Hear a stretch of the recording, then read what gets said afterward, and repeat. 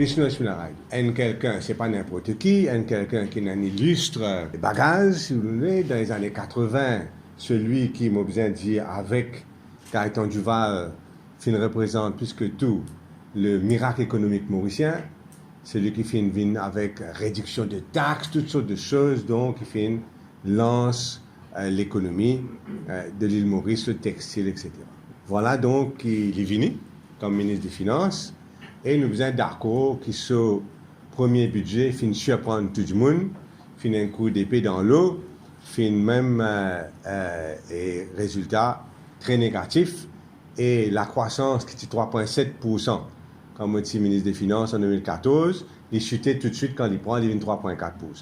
Desmina Raidou perdu sur place comme ministre des Finances, il est ministre des Affaires étrangères et subir au fil des années humiliation après humiliation, carrément. Pas trouvé aucune part, dans aucune visite officielle du Premier ministre, pas amène Desmina Raidou. Dans aucune discussion importante, pas trouvé Desmina Raidou. Les dossiers Sagos, pour qui nous sommes capables de gagner une première résolution et qui, pour une seconde résolution, soit un succès, pas trouvé Desmina Raidou. Une série d'humiliations comme ça. Et finalement, il y a une sursaut de dignité. Un sursaut de dignité après quelques mois avant les élections. Bon, les bienvenus, toujours les mieux que rien, mais il y a un peu tard. Il y a un peu tard parce que sur les faits, sur le calendrier électoral, il est pour assez restreint, mais quand même, il y en a un effet psychologique important sur le gouvernement. Quand Vishnu vient dire que c'était de la honte, il vient dire que ce gouvernement-là finit une faillite au niveau de l'économie.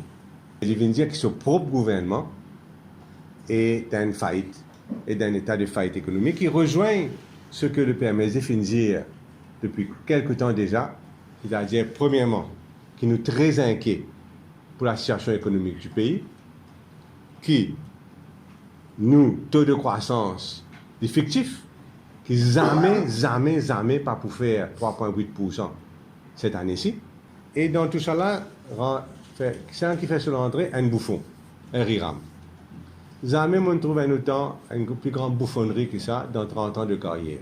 Qui est venu, il annonce un partiel dans le numéro 7.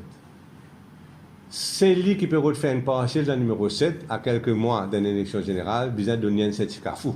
Jamais on entend une plus grande bouffonnerie que ça. Et M. Riram, et n'importe qui s'arrête pour répéter cette bêtise, mérite un certificat fou, besoin de faire ce certificat qu'ils ont besoin de guetter. Puis sinon, il doit